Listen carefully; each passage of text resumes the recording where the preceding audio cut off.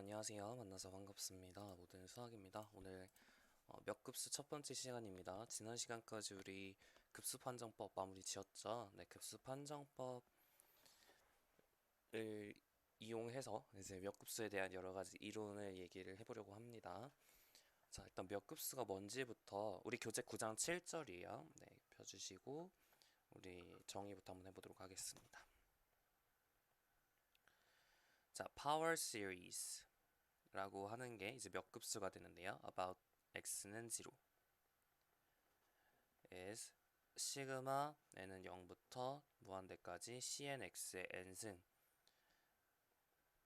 이런 식으로 이제 형태가 주어진 급수를 몇 급수라고 부릅니다. 그 파워라는 게 이제 무슨 뜻이냐면 이제 제곱, 이런 세제곱, 거듭 제곱을 이제 영어로는 파워라 그래요. 한국말로는 이제 멱승 이렇게 예전에 불렀거든요. 거듭 제곱을 그 예전 일본식 표현으로 거듭 제곱 이렇게 거듭 제곱을 이제 이렇게 멱승 이렇게 불렀어요. 그래서 이제 사실 이제 멱급수라는 것도 어떻게 보면 일본 표현이긴 한데, 그래서 어떤 책에서는 이제 거듭 제곱 급수 이렇게도 많이 부릅니다. 뭐 저는 이제 멱급수를 할게요. 이제 일반적으로 다 그냥 멱급수라 불러서 저도 멱급수로 하겠습니다. 여하튼 이제 거듭 제곱 형태로 이렇게 주어졌잖아요. x 제곱 x 세제곱 이렇게. 그래서 이제 이거를 우리가 몇 급수라고 한다. 뭐 등비급수도 대표적인 몇 급수가 아닐까요? 1 플러스 x 플러스 x 제곱 플러스 점점점, 이 친구도 몇 급수의 일종이죠. 등비급수도 몇 급수의 일종이라고 보실 수가 있겠습니다. 물론 이 x는 이제 문자예요. 문자. 그래서 정확하게 말하면 등비 급수가 몇 급수라기보다는 이제 공비를 x라 뒀을 때 그 급수가 이제 몇 급수라고 이해를 하실 수 있겠죠. x는 여기서 변수라고 이해를 하시면 되고, 함수를 이제 몇 급수, 사실 그렇게까지 뭐 변수냐 아니냐가 지금 중요한 건 아니긴 한데 그냥 변수처럼 여러분이 읽어주시면 됩니다. 이제 이게 x는 0을 중심으로 한 거라고 생각을 한다면, x는 a를 중심으로 한 몇 급수를 뭐라고 하냐면 시그마 n은 0부터 무한대까지 an cn으로 쓸까요? 교재로 cn으로 돼 있던 것 같아요. c로 쓰는 이유는 이제 coefficient, 개수의 약자죠. 네, 개수의 앞글자, coefficient 앞글자 c를 따서 c라고 쓰는데 a라 쓰셔도 되고요. 여튼 여기 a가 있으니까 c라 쓴 것 같아요. 어쨌든 이런 식으로 이제 x-a, x-a 제곱, 이런 식으로 이제 주어진 이 급수 표현을 이제 몇 급수라고 합니다. 괜찮죠? 자, 여러분이 여기서 리마크를 하면 당연히 이 급수, 이거를 이제 fx를 여러분이 시그마 n은 0부터 무한대까지 cnx n승이라고 하면 이 오른쪽에 있는 급수는 적어도 하나의 점에서는 정의가 돼요. 어떤 점? x는 0일 때는 정의가 되죠. 0을 대입하면 0이 나오잖아요. 0을 대입하면 c0가 나오죠. 그래서 f0은 c0가 나옵니다. 다시 말하면 x가 0일 때 이 급수, 오른쪽 급수는 수렴해요. 근데 x가 0이 아닐 때는 오른쪽 급수가 수렴하는지 모르죠. 자, 마찬가지 오른쪽에 이 아래에 있는 급수도 x는 a일 때는 이 급수가 수렴을 합니다. fx가 이걸 fx로 뒀을 때 fa는 c0 이렇게 나오죠. 그래서 위쪽에 있는 건 적어도 0일 때는 수렴하고 정의가 되고, 아래쪽에 있는 건 적어도 a일 때는 정의가 됩니다. 근데 0일 때 a가 아닐 때는 급수가 수렴하지 않을 수도 있겠죠. 않을 수도 있습니다. 그래서 이제 언제 수렴하는지에 대해서도 우리가 이제 따질 필요가 있어요. 어떤 급수가 주어지면, 몇 급수가 주어지면 그 몇 급수가 어디서 수렴하는지 그 수렴 범위를 찾는 게 이제 주된 문제가 될 거예요. 여기서 우리가 이제 용어 정의 몇 개만 더 하면 center A라는 것이 우리가 센터라고 부르고요. 위에 거에서 센터가 0이겠죠. 그리고 coefficient C0, C1, Cn, 이 친구들을 이제 coefficient, 개수라고 부릅니다. 그리고 얘네들이 전부 상수라 생각하시면 돼요. x는 변수, 나머지는 다 상수, 이렇게 처리하시면 되겠습니다. 어려운 거 없죠? 좋아요. 바로 한번 예제 풀어볼까요? 자, 우리가 이제 몇 급수 fx는 시그마 n은 0부터 무한대까지 x n승입니다. 이거 1 플러스 x 플러스 x 제곱 플러스 점점점 이렇게 되어 있는 등비 급수예요. 자, 이게 사실은 뭐랑 똑같아요? 1 마이너스 x분의 1하고 같음을 보이시오 이겁니다. 어디서? 마이너스 1과 1 사이에서. 괜찮죠? 자, 일단 기본적으로 위쪽에 있는 거는 마이너스 1과 1 사이에서 정의가 됩니다. 그 외의 범위에서 정의가 돼야 안 돼요? 안 돼요. 근데 아래쪽에 있는 거는 x가 1이 아닐 때는 다 잘 정의가 되죠. 맞나요? 네, 그렇기 때문에 위쪽 아래쪽은 사실 정의역이 다르다고 이해하실 수도 있어요. 그렇지만 공통 범위에서는 두 함수가 같다 이겁니다. 괜찮죠? 왜 같나요? 이거를 굳이 제가 이제 증명을 해야 되나 싶긴 한데 x가 마이너스 1과 1 사이에 있을 때 여러분이 이 급수가 얘로 수렴함을 보이면 되죠. 그러니까 마이너스 1과 1 사이에서 시그마 n은 0부터 무한대까지 x n승은 리미트 n이 무한대로 갈 때 시그마 k는 0부터 n까지 x의 k승인데 등비수열의 합공식에 의해서 이 친구는 1 마이너스 공비분의 첫째 항 1이죠. 1 마이너스 x의 항의 개수 n 플러스 1개 이렇게 됩니다. 근데 x가 마이너스 1과 1 사이에 있을 때 얘는 0으로 가니까 1 마이너스 x분의 1 이렇게 되는 거죠. 좋아요. 자, 예제 1번 했고요. 자, 예제 2번 유제 1-1번 보도록 하겠습니다.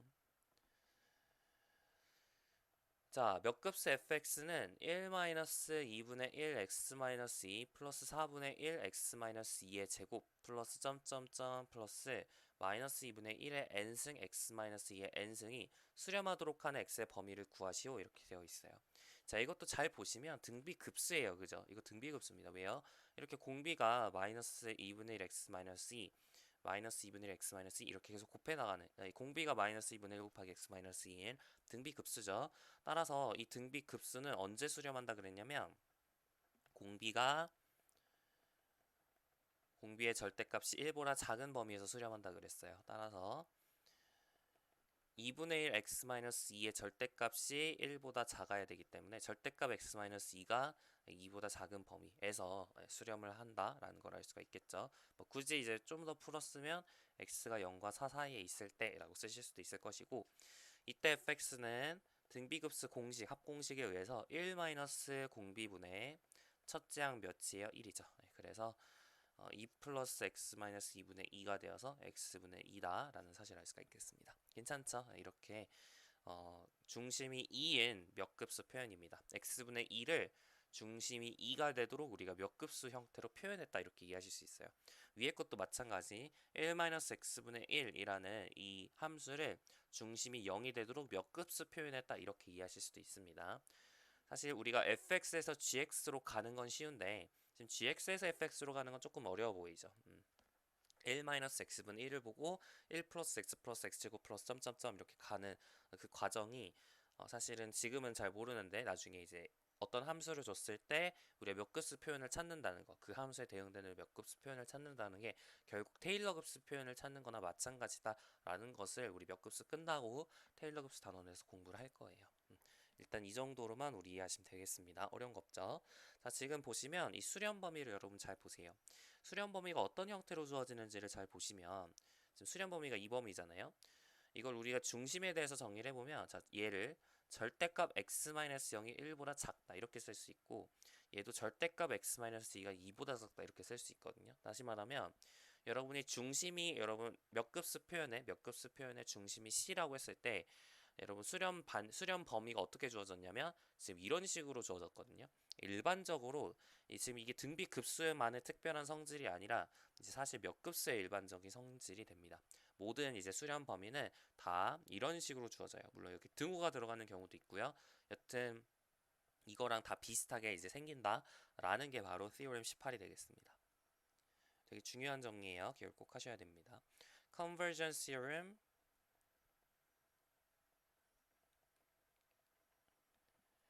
for power series 몇 급수의 수렴 정의가 되겠는데 power series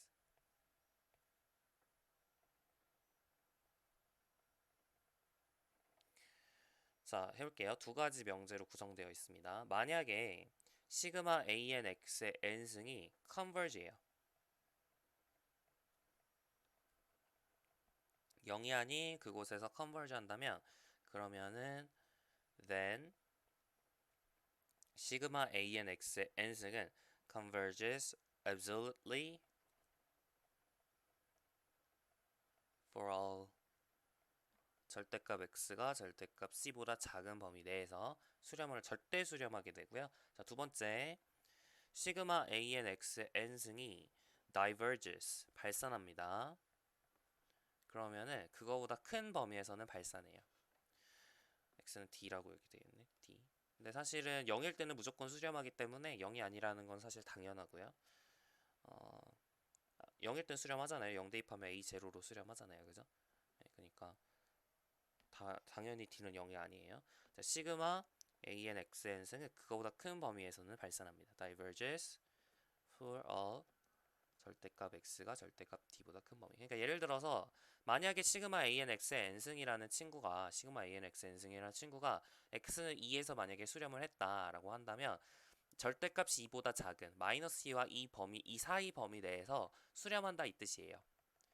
이 범위에서 수렴을 했으면 이거 안에 있는 이 범위 내에선 수렴을 하게 되는 것이고 전부 다 수렴을 하게 되는 것이고 x는 마이너스 3에서 발산했다라고 한다면 마이너스 3에서 발산했어요. 그럼 그거보다 바깥에 있는 3보다 이렇게 바깥에 있는 범위에서는 전부 발산하게 됩니다. 절대값이 3보다 큰 그 범위에선 전부 발산하게 돼요. 자, 선생님 그러면 마이너스 2에서는 수렴하나요? 그건 몰라요. 3에서는 발산하나요? 그건 몰라요. 그러니까 우리가 이제 그보다 작은 범위에서 x 절대값이 보다 작은 범위에서 우리가 수렴한다. 심지어 절대 수렴한다 이 사실 알고 있는 거지. 절대값이 2인 곳에서 이제 전부 수렴한다든지 발산한다든지 그런 일은 일어나지 않을 수도 있습니다. 여기까지 괜찮죠? 이제 그 얘기를 하는 건데 이걸 우리가 조금만 더 이제 분석을 해보면 여러분이 이제 이렇게 수직선을 그려봐요. 수직선을 그려가지고 여러분이 이제 0부터 출발해서 이제 수렴하는 어떤 값을 이렇게 찾는 거예요. 여러분이 이제 계속 이렇게 수렴하는 값을 이렇게 찾아요. 0 이제 만약에 수렴하는 부분이 없으면 어떻게 될까요? 수렴하는 부분이 없어요. 그러면은 그냥 다 발산한다는 얘기고 0 제외하고는 전부 발산한다는 얘기죠. 그죠? 0 제외하고는 전부 발산한다. 근데 만약에 이제 수렴하는 부분이 있어요. 어딘가 있다고 쳐봐요. 어딘가 있어요. 그럼 그거보다 더 작은 범위에서는 전부 수렴하겠죠. 그죠? 1번에 의해서. 맞아요. 근데 만약에 이거보다 큰 쪽에서도 이제 어딘가에 또 수렴하는 점이 있다면 그거보다 또 작은 범위에서는 전부 수렴하게 돼요. 그럼 생각을 해봅시다. 이 수렴하는 범위, 수렴하는 이 친구들 중에서 제일 큰 친구를 가져와요. 맥시멈은 아니더라도 수프리멈을 가져오는 겁니다. 상한을 가져오는 거예요. 맞아요? 수렴하는 친구들 중에서 제일 큰 친구, 수렴하는 친구들의 상한을 가져옵니다. 상한을 가져와요. 그 상한을 R이라고 합시다. 상한은 실제 그 수렴하지 않을 수도 있어요. 그죠? 상한은 우리 최대 원소랑 다르게 실제로 그 집합 내에 속해 있을 필요가 없기 때문에 상한은 우리가 수렴했다고 얘기할 수는 없지만 여튼 그거보다 더 작은 친구들은 전부 이제 수렴하게 되어 있어요. 1번에 의해서. 괜찮나요? 그럼 그보다 바깥에 있는 친구는 전부 발산하겠죠. 따라서 사실 1번이 얘기해주는 게 결국에는 이제 수렴 범위는 항상 세 가지 중에 하나꼴로 나올 수밖에 없다. 이거나 혹은 네 가지죠. 이거나 혹은 이거나 이거 이런 식으로 이 네 가지밖에 나올 수 없다라는 것을 우리가 이제 증명을 할 수 있는데요. 이거는 이제 좀 이따가 theorem을 코롤러리로 한번 얘기를 해보도록 하고 일단은 이 theorem 18의 증명을 먼저 해보도록 하겠습니다. 자, theorem 18 증명하고 아까 했던 얘기를 이제 조금 해드릴게요.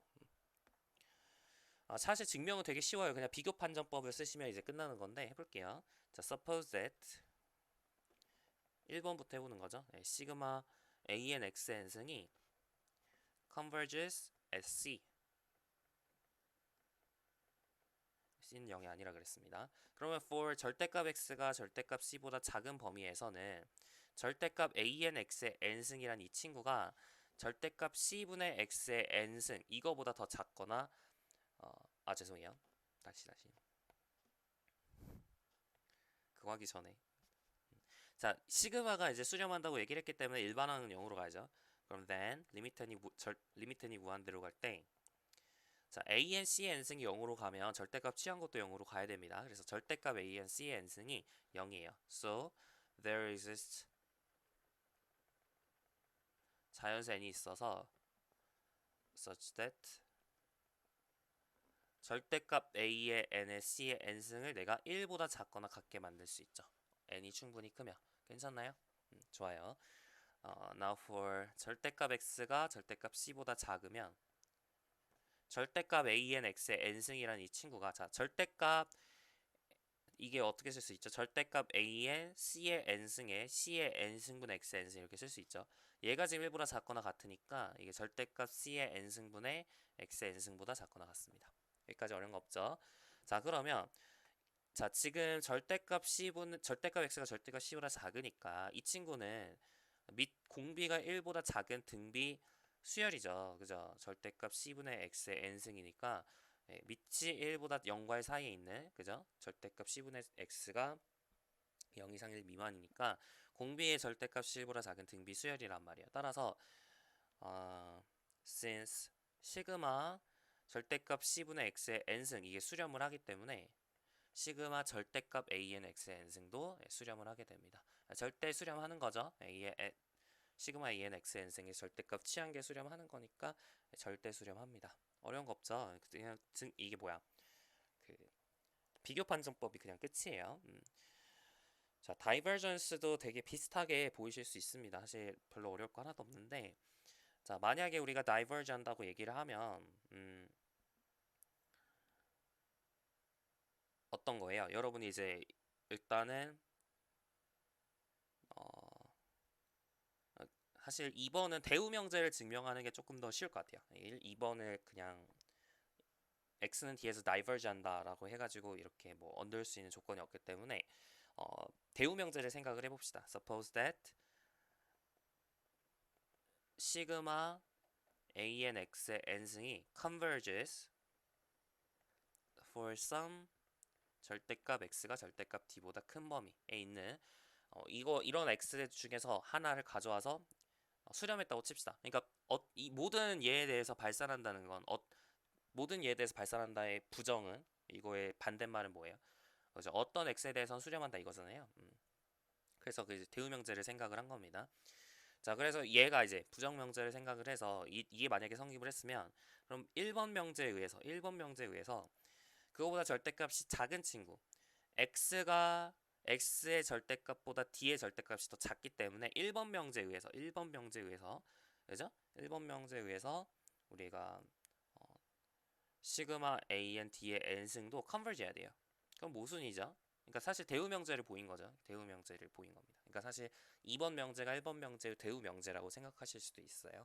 그래서 이제 증명 끝 하시면 되겠습니다. 어려운 거 없죠. 자, 이게 끝인데 이걸 통해서 우리가 이제 아까 얘기했던 이 코롤러리가 중요합니다. 네, 우리 해봅시다. 자, 몇 급수를 가져올 건데 중심이 0인 경우를 먼저 생각을 해볼게요. 시그마 an x n승을 가져오겠습니다.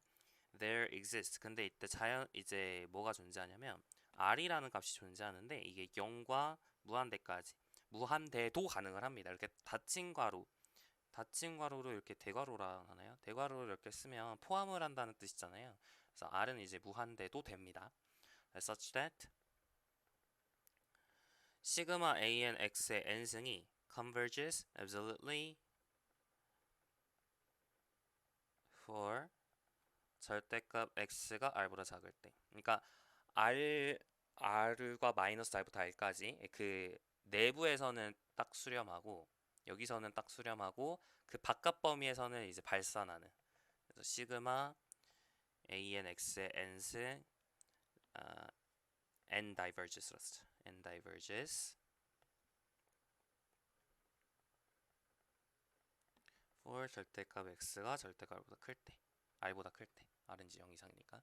자, 그래서 이제 r일 때랑 마이너스 r일 때는 몰라요. 네, 그건 좀 주의를 하세요. r일 때나 마이너스 r 정확하게 이제 절대값 x가 r인 그 두 지점에서는 수렴할 수 있고 발산할 수도 있습니다. 자, 여튼 여기서 이거에 이제 중요한 정리예요. 이게 이제 중요한 정리입니다. 자, 증명은 여러분이 엄청 사실 되게 쉽거든요. 되게 쉬운데 해석개론의 아이디어를 조금 상한 뭐 이런 얘기 때문에 해석개론의 아이디어를 좀 쓰는 거라 여러분 처음 할 때는 어려울 수 있어요. 여러분이 이제 처음 볼 때는 낯설 수 있어요. 근데 좀 익숙해지면 사실 쉬운 논이라는 걸 여러분이 이해하실 수 있을 텐데요. 자, 어떻게 하면 되냐면 아까 얘기했던 것처럼 R이라는 친구를 이제 수프리멈으로 잡으면 됩니다. 뭐에? 수렴하는 친구들의 이제 수프리멈으로 잡으시면 돼요. 시그마 AN, XN 승이 컨버지 하도록 하는 그런 친구들 중에 예, 제일 큰 거? 이런 느낌으로 처리를 하는 거죠. 제일 큰 거.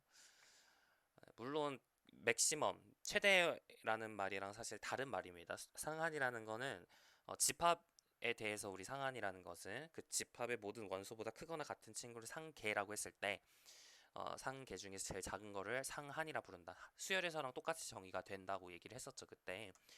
어, 수열의 극한 단원에서 얘기를 했었어요. 자, 그래서 이렇게 우리 R을 정의를 하게 되는데, 이 R이라고 하는 이 친구를 이제 절대값 x가 r보다 작을 때 이제 수렴한다. 네, 이걸 얘기를 해보면 될 겁니다. 자, take n이 0과 r 사이에 있는 그런 x를 한번 가져와 보도록 할게요. 괜찮죠? 그러면은 우리가 상한의 정의에 의해서 then there exists s 여기서 이제 편의상 이 말도 한번 적어볼게요. 편의상 이쪽에 있는 이 집합을 여러분 이제 계속 쓰기가 되게 귀찮아서 n 이 친구를 그냥 라지스라는 집합으로 제가 한번 적어볼게요. 괜찮죠? 라지스라는 집합으로 적어보겠습니다.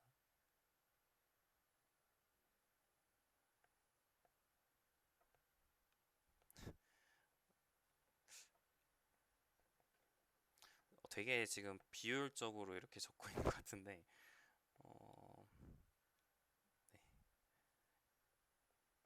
이렇게 지금 정의를 해볼게요. 이제 뭔 얘기 하는지 알겠죠? 이렇게 집합으로 집합 기호로 써가지고 좀 간단하게 표시를 해보겠습니다.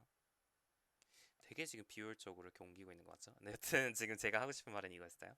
자, 여튼 x가 0과 r 사이 있도록 임의로 잡아요. 그러면은 어떤 스몰 s라는 게 large s의 원소가 존재해서 such that x와 r 사이에 그런 s를 여러분이 잡을 수가 있습니다. 네, 왜 그러냐면 그것도 예전에 한번 했던 논이긴 한데 어, 여러분이 만약에 이런 s가 없다 쳐봐요. 그러니까 기류법을 쓸 거예요. 만약에 이런 s가 없어요. 이런 s가 없습니다. 없으면은 모든 s 보세요. s라는 이 친구가 그러니까 이거부터 얘기를 해볼게요. 그러니까 이것이 성립할지부터 얘기를 해봅시다. 그러니까 x보다 큰 스몰 s가 있는지부터 한번 얘기를 해볼게요. x보다 큰 스몰 s가 있는지부터 얘기를 할 텐데 만약 없다 쳐봐요. 없어요. 그러면은 모든 스몰 s는 x보다 작거나 같다는 거죠. 모든 스몰 s는 만약에 이게 아니라면 모든 스몰 s는 스몰 x보다 작거나 같다는 거예요. 모든 스몰 s가. 괜찮죠? 이게 성립을 한다는 얘기거든요. 근데 이 말은 무슨 뜻이냐면 x가 상계란 뜻이에요. 누구의? s의. 라지 s의 상계란 뜻이죠. 맞아요? 자, 근데 x라는 이 친구는 라지 r보다는 크거나 같아야 돼요. 왜요? r이 최소 상계니까. r이 상계 중에 제일 작은 친구니까 다른 상계를 가져왔을 때 그 상계가 r보다는 크거나 같아야 됩니다. r이 제일 작은 거니까. 맞아요. 따라서 x는 r보다 크거나 같아야 되는데 근데 우리가 어떻게 잡았어요? x가 0과 r 사이에 있도록 잡았죠. 따라서 모순입니다. 모순이란 얘기는 처음에 이 명제가 참이라는 거죠. 그 얘기예요. 굳이 이제 쓰려면 쓸 수 있겠는데 제가 적진 않을게요. 괜찮죠? 여기까지 이해를 하셔야 돼요. 자, 그리고 이 스몰 s라는 친구는 라지 s의 원소기 때문에 상계보다는 그죠? 작거나 같아야죠. 괜찮나요? 여기까지 성립을 한다는 거 어렵지 않습니다.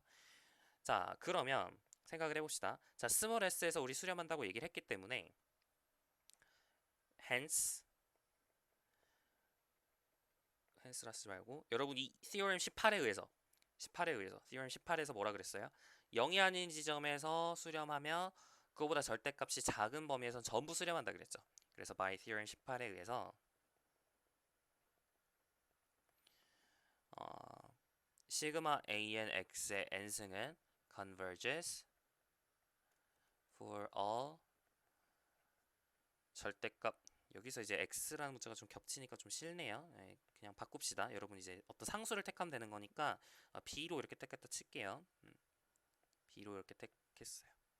괜찮죠? 그래서 절대값 x가 s보다 작은 범위에서 수렴을 하겠죠. 여기까지 괜찮나요? 어려운 거 없죠? 지금 S에서 수렴한다 그랬으니까 그거보다 절대값이 작은 그런 범위에서 다 수렴을 해야 된다고요. 이게 1번에서 얘기한 거죠. 맞아요? 자, 그러면 마이너스 S부터 S까지 수렴을 하니까 마이너스 B부터 B까지도 수렴을 해야겠죠. 그죠? 그래서 이제 and thus 시그마 AN X의 N승은 converges for all 절대값 X가 B보다 작을 때. 괜찮죠? 여기까지. 네, 좋아요. 자, 근데 B를 임의로 택했잖아요. B를 임의의 수로 택했잖아요. R보다 작은 이제 임의의 수잖아요. 0과 R 사이에는 임의의 수기 때문에 hence since B was arbitrary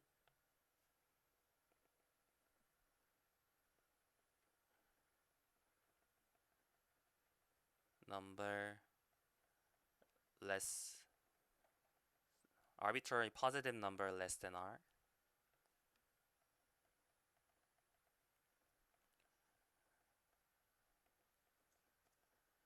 시그마 AN XN승은 converges for 절대값 X가 R보다 작을 때 수렴을 해야 돼요. 그러니까 무슨 얘기냐면 여러분이 마이너스 B부터 B까지 이렇게 수렴을 하는 건데 근데 이 B라는 친구가 R보다 작은 임의의 수예요. 그럼 여러분이 어떤 R보다 작은 친구를 가져오더라도 그 친구랑 R 사이에 있는 B를 가져와 가지고 B부터 마이너스 B까지 수렴해요 하면은 이 친구도 수렴을 하게 되겠죠. 네, 그 얘기입니다.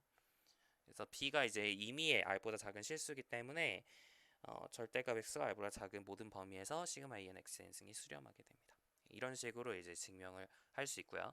물론 이제 두 번째도 증명을 하셔야죠. 두 번째로 이 절대값 X가 R보다 큰 범위에서는 발산한다. 이것도 증명을 하셔야 되는데 그것도 이제 비슷하게 하시면 돼요. 비슷하게 마찬가지. 여러분이 이제 이렇게 이제 두는 건 똑같은데 여러분이 R보다 큰 어떤 B를 가져오는 거죠. R보다 큰 B를 가져와서 그러면 이제 B와 R 사이에 어떤 발산하는 라지 S의 원소가 아닌 그런 친구를 가져올 수 있어야 돼요. 그러면은 그거보다 큰 범위에서 다 발산하게 되는데 그러면은 이제 마이너스 B와 B를 벗어난 그죠? 그 B 절대값이 B보다 큰 범위에서 발산을 하게 되니까 B가 이제 R보다 큰 임의의 실수였다는 사실을 이용하며 절대값이 R보다 큰 범위에서 전부 발산한다 이렇게 설명을 할 수 있겠죠. 그런 식으로 쭉 쓰시면 됩니다. 그러니까 부등호만 다 바뀌는 거예요. 다 똑같고 부등호만 지금 여기서 다 바뀌는 거라서 굳이 적진 않을게요. 코롤러리를 했는데 조금 바로 나오진 않은 것 같은 느낌이 여러분 드실 수도 있는데 이거는 해석개론을 여러분이 공부를 아직 안 했기 때문에 어쩔 수 없고요. 사실 공부를 했으면은 되게 당연한 얘기예요. 되게 당연한 얘기라서 우리가 보통 코롤러리라고 부릅니다. 자, 여기까지 해가지고 좋고요.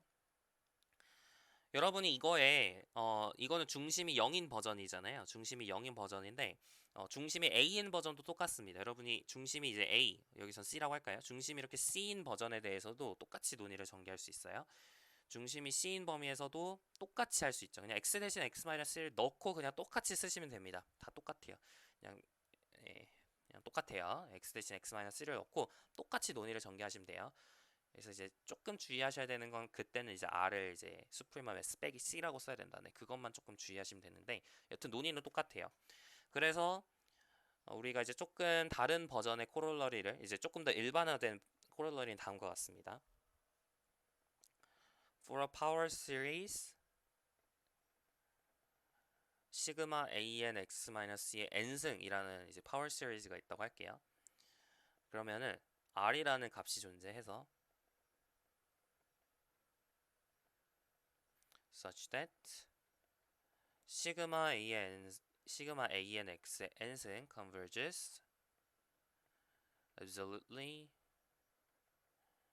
for 절대값 x-c가 r보다 작을 때.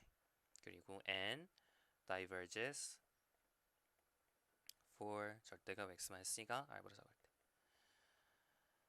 여기서 제가 absolutely로 써야겠네요. 예, absolutely가 우리 교재에 있기 때문에 여기서 얘를 absolutely 이 말을 쓸게요. 왜냐면은 여기도 absolutely 이렇게 다 써야죠. 여기도 absolutely.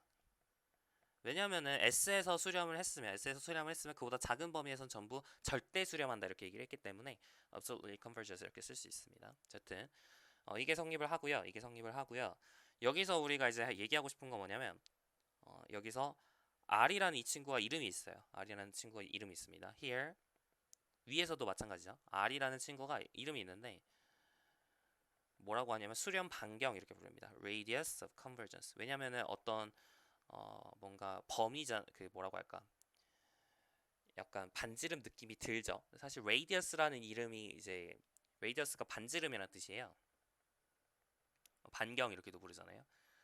반지름, radius. 그래서 이제 왜 원도 아닌데 이게 원도 아닌데 반지름이라 하냐? 그거는 이제 복소 해석학에서 이제 조금 복소 평면에서 보면 이제 이 수렴 이게 수렴 범위가 원처럼 생기기 때문에 반경이라는 이름이 붙은 건데요. 네, 여튼 그거는 중요한 게 아니고 그냥 받아들이시면 되죠. 수렴 반경이라 합니다. 혹시 알고 계시나요? radius라고 하잖아요. 이거의 이제 복수형은 radii 입니다. 이건 그냥 여담인데 이게 이제 단수 이게 복수예요. 복수를 이렇게 만들 때 i라고 이렇게 씁니다. radius, radii. 토러스 또 토라이라고 있었어요. 이렇게 us가 붙은 친구들이 i라고 이렇게 쓰는 복수형을 i라고 이렇게 많이 씁니다. 그냥 여담이고요. 자, 여튼 이거 수렴 반경이라 불러요. 그리고 수렴하는 친구들, 수렴하도록 하는 x들, 그런 x들을 모아놓은 것을 뭐라고 부르냐면 interval of convergence, 수렴 구간 이렇게 부릅니다. 괜찮죠? 수렴 구간 이렇게 불러요. interval of convergence, radius of convergence. 그래서 수렴 구간은 아까 얘기했던 것처럼 네 가지 형태밖에 안 됩니다. 마이너스 r부터 r까지, 마이너스 r부터 r까지, 마이너스 r부터 r까지, 마이너스 r부터 r까지 이렇게. 마이너스 r과 r에서는 수렴할 수도 있고 안 할 수도 있기 때문에 이렇게 네 가지 경우가 나오는 거죠. 구간 형태로 표현이 되니까 수렴 구간 이렇게 부르는 겁니다. 괜찮죠? 자, 좋아요. 이게 이제 코럴러리이고요. 자, 그러면 우리가 이제 유제 1-2번 보도록 하겠습니다. 자, fx는 x분의 2에 x는 1을 중심으로 한 몇 급수 표현을 찾고 그 수렴 반경을 구하시오 이렇게 되어 있는데, 자, 우리가 테일러 급수를 배워야지 일반적인 함수의 몇 급수 표현을 찾을 수 있어요. 근데 이렇게 이제 이런 특수한 케이스는 우리가 좀 할 수 있습니다. 우리가 뭘 알고 있냐면 1-x분의 1은 1 플러스 x 플러스 x고 이런 식으로 쓸 수 있다라는 걸 알고 있으니까 x분의 2도 이제 비슷하게 처리를 하실 수가 있습니다. 그러니까 어떻게 하는 거냐면 여러분이 1 네모분의 1은 이제 어떻게 되는지 아는 거잖아요. 이런 식으로 표현이 된다는 걸 알고 있는 거죠. 맞죠? 네, 그러니까 x분의 2도 이제 이런 식으로 정확하게 말하면 1 네모분의 a, 그죠? 이런 형태로 표현이 되면 이런 식으로 이제 표현을 하면 되는 거니까. 맞아요? 그래서 1 네모분의 세모 꼴로 우리가 이제 표현을 해야 돼요. x분의 2라는 것을. 괜찮죠? 자, 근데 x는 1을 중심으로 해서 이렇게 표현을 해야 되기 때문에 여기 네모 안에 있는 형태가 어떤 식으로 나와야 되냐면 x-1 나누기 동그라미 이런 형태로 또 나와야 된다라는 것을 우리가 알 수가 있어요. 그래야지 이제 우리가 뭔 얘기인지 이해가요? 그러니까 지금 이걸 써먹으려면 우리가 이제 x분의 2라는 것을 그죠? x분의 2라는 것을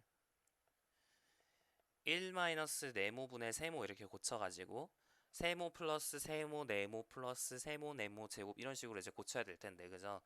근데 이 네모라는 친구가 이게 중심이 x-1이 되려면 네모라는 친구가 x-1 나누기 동그라미 이런 형태여야 되죠. 그러니까 x-1 나누기 동그라미 이렇게 고쳐야 된다고요. 여기까지 괜찮아요? 여기는 이제 세모 동그라미는 상수여야겠죠. 상수 a, b 이렇게 돼야 됩니다. 여기까지 괜찮죠? 자, 좋아요. 이게 성립하도록 여러분이 a, b를 찾으시면 끝나는 거예요. 자, 그러면 넘겨주면 b 빼기 x-1 분의 a, b가 x분의 2가 되도록 찾으려면 자, b를 뭘로 잡으면 될까요? b를 마이너스 1, 그죠? 그럼 마이너스 1 마이너스 x 플러스 1 되니까 이제 마이너스 x가 나오잖아요. 그래서 b가 마이너스 1이면 마이너스 x분의 마이너스 a인데 그럼 a를 뭘로 잡으면 돼요? 2로 잡으면 된다. 아, 따라서 x분의 2라는 걸 어떻게 고치면 되냐면 1 플러스 x 마이너스 1분의 2 이렇게 쓰면 된다 이거죠. 여기까지 괜찮아요? 네, 좋아요. 자, 그럼 우리가 얘를 어떻게 쓸 수 있는 거예요? 1 마이너스 2 마이너스 2 마이너스 x 마이너스 1 마이너스 2x 마이너스 1 마이너스 플러스 2 곱하기 x 마이너스 1의 제곱 마이너스 2 곱하기 x 마이너스 1의 세제곱 이런 식으로 이제 쓰시면 되겠죠. 다시 쓰면 시그마 k는 0부터 n까지 2 곱하기 1 마이너스 x의 k승 이렇게 적을 수도 있겠네요. 괜찮죠? 이 얘기예요. n이 아니라 무한대까지. 자, 여튼 이게 이제 몇 급수가 되겠고 수렴 반경을 찾으시오 그랬는데 수렴 언제 수렴하나요 이거? 절대값 x-1이 1보다 작을 때 수렴하니까 수렴 반경은 1이다. 수렴 반경은 1입니다. 이렇게 쓰시면 되겠죠. 네, 이게 이제 유제 1-2번이에요. 자, 유제 1-3번 볼게요. 다음 몇 급수의 수렴 반경과 수렴 범위를 구하시오. 자, 1번부터 볼게요. 자, 이 몇 급수는 시그마 1부터 무한대까지 마이너스의 n-1승 n분의 x n승인데 자, 이 몇 급수를 우리가 구할 수는 없어요. 어떻게 될지 지금은 사실 알 수가 없어요. 알 수 있는 방법이 있기는 합니다만 지금은 몰라요. 나중에 배울 거예요. 자, 여튼 이걸 이제 모르는데 이게 어떻게 수렴할지 잘 모르겠는데 그래도 우리가 언제 수렴할지는 알 수가 있어요. 바로 우리가 지금까지 배웠던 급수 판정법을 활용을 하는 겁니다. 됐나요? 자, 급수 판정법을 활용을 하면 되는데 자, 우리가 뭘 알고 있냐면 사실은 급수 판정법 중에서도 비판정법이 엄청 유용하거든요. 여러분 이제 비판정법을 사용을 하는 겁니다. 그래서 어떤 걸 우리가 알고 있냐? 자, 이 수열을 우리가 이제 이 수열을 여러분이 절대 an이라고 했을 때 절대값 an분의 an 플러스 1의 극한이 1보다 작으면 수렴, 1보다 크면 발산 이런 얘기를 했었잖아요. 그래서 그 얘기를 해볼게요. 자, 이 친구를 an이라고 뒀을 때 절대값 an분의 an 플러스 1을 보는 겁니다. 자, 그러면 x의 n승 나누기 n분의 xn 플러스 1승 나누기 n 플러스 1을 보는 거예요. 자, 이거의 극한값은 얼마죠? 그죠? x죠. 절대값 붙여야 됩니다. 절대 붙여야 돼요. 이거의 극한은 절대값 x죠. 괜찮죠? 절대값 an분의 절대값 an 플러스의 극한을 보는 겁니다. 자, 이게 1보다 작으면 수렴, 1보다 크면 발산 이 얘기를 하지 않았어요? 우리? 기억나죠? 우리 어디서? 비판정법에서 우리 비판정법은 양한급수에만 적용할 수 있다 얘기를 했는데 절대 수렴하면 수렴한다는 조건과 합치면은 이런 논의를 전개할 수 있었어요. 우리 교재에 있는 버전이 이 버전이었다고 얘기를 했었습니다. 자, 그래서 여튼 절대값 an분의 절대값 an 플러스 1이 절대값 x가 1보다 작으면 수렴 1보다 크면 발산 이렇게 얘기를 했었죠. 맞아요? 특히 수렴할 뿐만 아니라 사실은 절대 수렴한다 이 얘기까지 했었어요. 괜찮죠? 자, 그래서 이 친구가 절대값 x가 1보다 작으면 수렴하고 절대값 x가 1보다 크면 발산하니까 아하 수렴 반경이 나온 거죠. 수렴 반경 지우지 말까? 지우지 맙시다. 수렴 반경은 1이 된다라는 거 알 수 있어요. 수렴 반경은 1이다.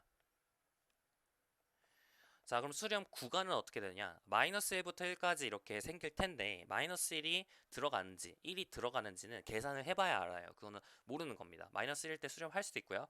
1일 때 수렴할 수도 있고요. 아닐 수도 있어요. 발산할 수도 있고 둘 다 발산할 수도 있고 여튼 다 다릅니다.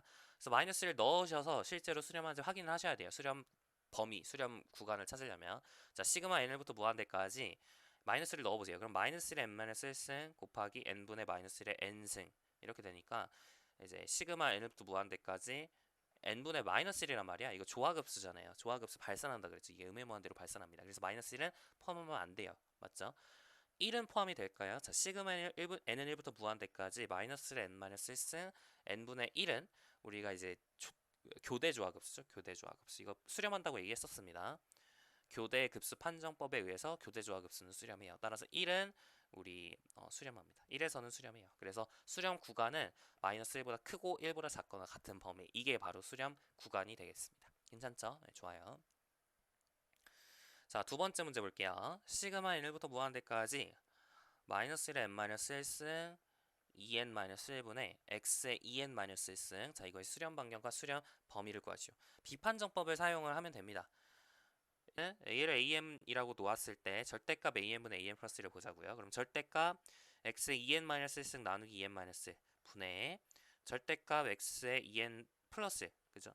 나누기 2n 플러스 1 이걸 보면 되는 거죠. 괜찮죠? 어려운 거 아니죠? 그럼 2n-1분의 2n 플러스 1은 1로 가니까 결국은 이제 절대값 x의 제곱이란 말이에요. 이게 1보다 작으면 수렴, 이게 1보다 크면 발산하죠. 따라서 수렴 반경은 1이다 라는 거 금방 나와요. 자, 그럼 수렴 구간은 마이너스 1부터 1까지 이렇게 나오게 될 텐데 이제 어디를 물론 이제 중심이 0이니까 마이너스 1부터 1까지죠. 만약에 중심이 예를 들어 1이에요. 여기에 마이너스 1이야. 그러면은 이게 마이너스 1부터 1까지라 쓰시면 안 되고 0부터 2까지 뭐 이렇게 쓰셔야겠죠. 하여튼 중심이 이제 0이기 때문에 이렇게 마이너스 1부터 1까지라고 쓴 겁니다.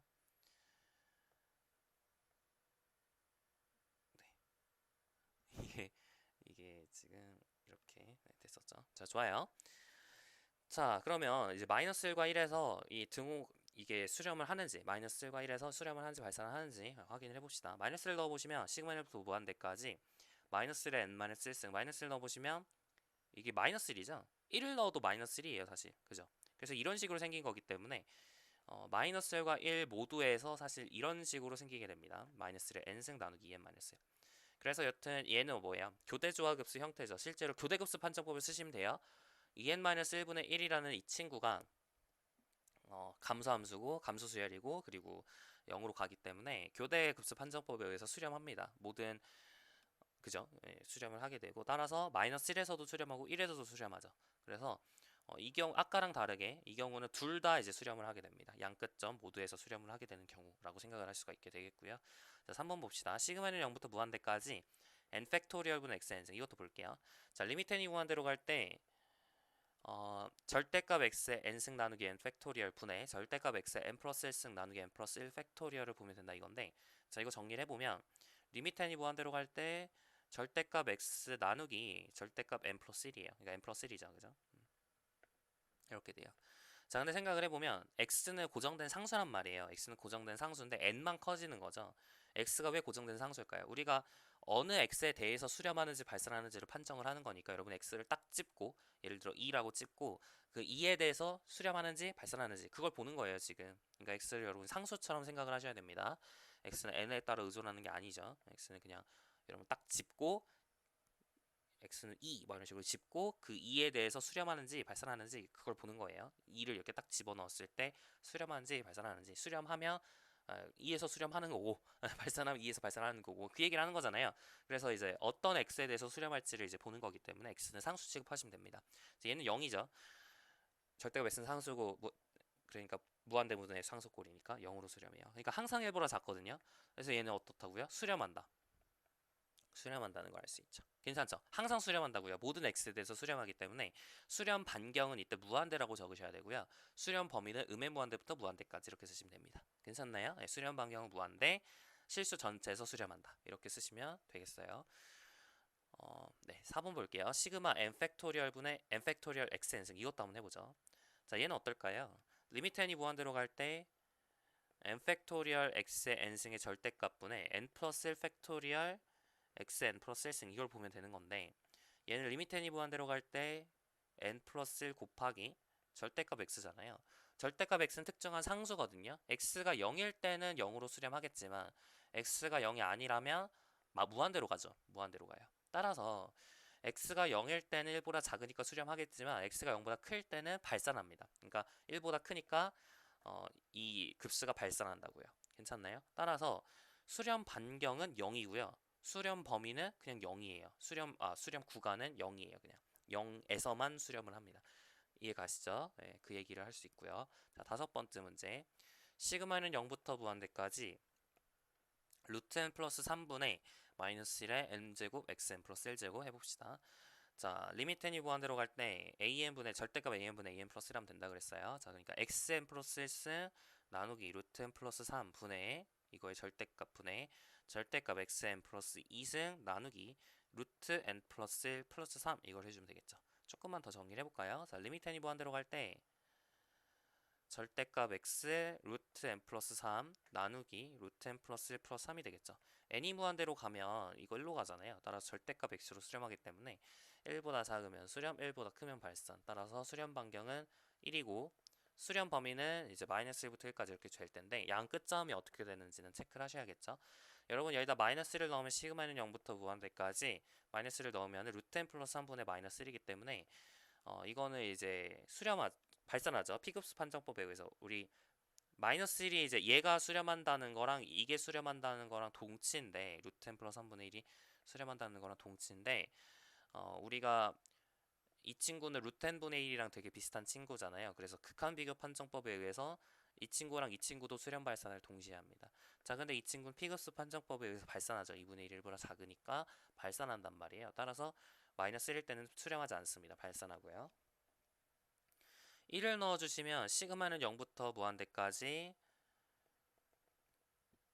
루트 n 플러스 3분의 여기다 1을 넣어주면 마이너스 1의 n제곱이죠. 교대급수인데 교대급수 판정법을 쓰실 수 있겠죠. 루트 n 플러스 3분의 1이 감소함수고 감소 수열이고 그 다음에 0으로 가죠. 리미트 n이 무한대로 갈 때 0으로 가기 때문에 1에서는 이제 수렴해요. 그래서 수렴 구간은 마이너스 1부터 1까지 이렇게 쓰시면 되겠습니다. 어렵지 않죠? 네, 좋아요. 자, 6번 볼게요.